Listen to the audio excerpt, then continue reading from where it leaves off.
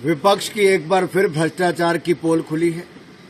कैसे जनता को ठगा, नकद के बदले नौकरी, ये आरोप ही नहीं, अब ये सिद्ध भी हो गया है।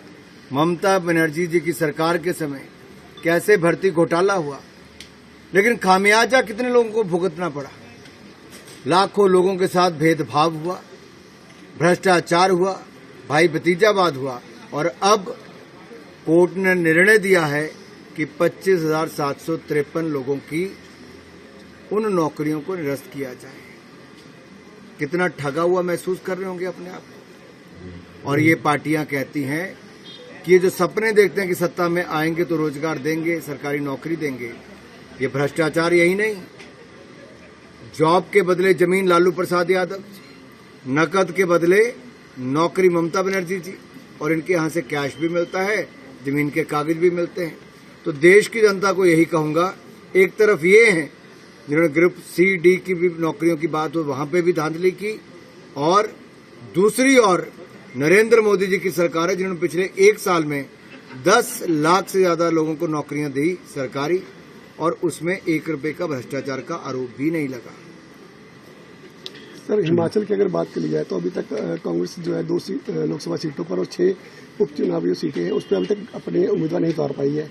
असमंजस की स्थिति है। अग्निहोत्री जी लड़ने को मना कर रहे हैं और उनकी बेटी ने भी मना किया है फिलहाल चुनाव लड़ने के लिए, और राजा जी को चुनाव को 40 दिन है, बहुत समय है। सर, अग्निहोत्री जी का एक बयान भी आया है कि बीजेपी जल्दी अपने कैंडिडेट बदलने वाली है उपचुनाव को लेकर के, क्योंकि 6 सीटों पे जो है, और कैडर में जो है बीजेपी कैडर में जो है वो खलबली मची है। चलिए नामांकन तक इंतजार कीजिए।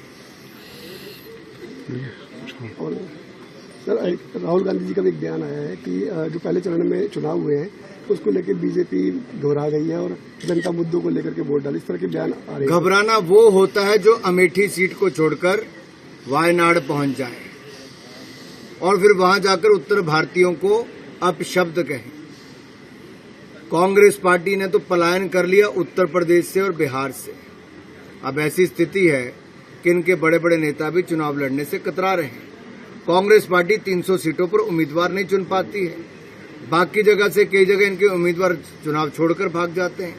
मेरा केवल इतना कहना है, मुद्दों की राजनीति राहुल गांधी जी करें, कांग्रेस पार्टी करे, वो बताए देश के लिए क्या करना चाहते हैं। उनके पास कोई रोड मैप नहीं है, लेकिन नरेंद्र मोदी जी भारत को विकसित राष्ट्र बनाना चाहते हैं, और ये विकसित भारत के लिए हम आते ही सत्ता में पहले 100 दिन का भी हमने रोड मैप तैयार कर लिया, अगले 5 साल का भी कर लिया है। ये है प्लानिंग और एग्जीक्यूशन की तैयारी।